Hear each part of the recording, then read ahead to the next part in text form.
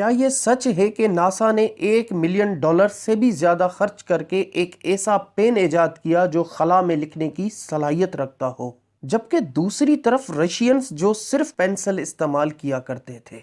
असल हकीकत क्या है तो जानते हैं इस वीडियो में। दरअसल नासा के एस्ट्रोनॉट्स भी पेंसिल इस्तेमाल किया करते थे, बिल्कुल रशियंस की तरह। लेकिन पेंसिल एक खतरा था क्योंकि पेंसिल की टिप टूट सकती थी और पेंसिल के इस्तेमाल से उसके बारीक ज़रात स्पेस शटल में किसी भी चीज को नुकसान पहुंचा सकते थे।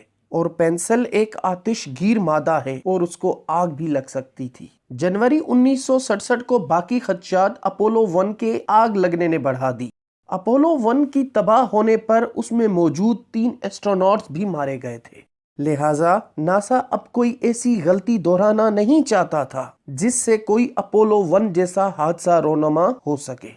इस दौरान एक प्राइवेट कंपनी यानी फिशर पेन कंपनी ने एक ऐसा पेन लॉन्च किया जो -50 डिग्री फ़ारेनहाइट से लेकर 400 डिग्री फ़ारेनहाइट तक लिखने की सलाहियत रखता था और उसके अलावा अंडर वाटर और खला में भी लिखने की सलाहियत रखता था। ये पेन न नासा ने बनवाया था, न ही इसकी तहकीक यानी रिसर्च पर नासा ने कोई खर्चा किया था, बल्कि इस पेन की तहकीक पर $1 मिलियन से भी ज्यादा का खर्चा फिशर कंपनी ने खुद किया था।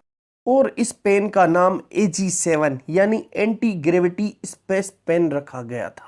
सन 1968 में नासा ने 400 Fisher anti gravity ball point अपने अपोलो मून प्रोग्राम के लिए ऑर्डर किए। उस वक्त इस पेन की कीमत सिर्फ $3.98 थी और इतने ज्यादा पेन खरीदने की वजह से फिशर कंपनी ने नासा को 40% का डिस्काउंट दिया और उनको एक पेन $2.39 का पड़ा।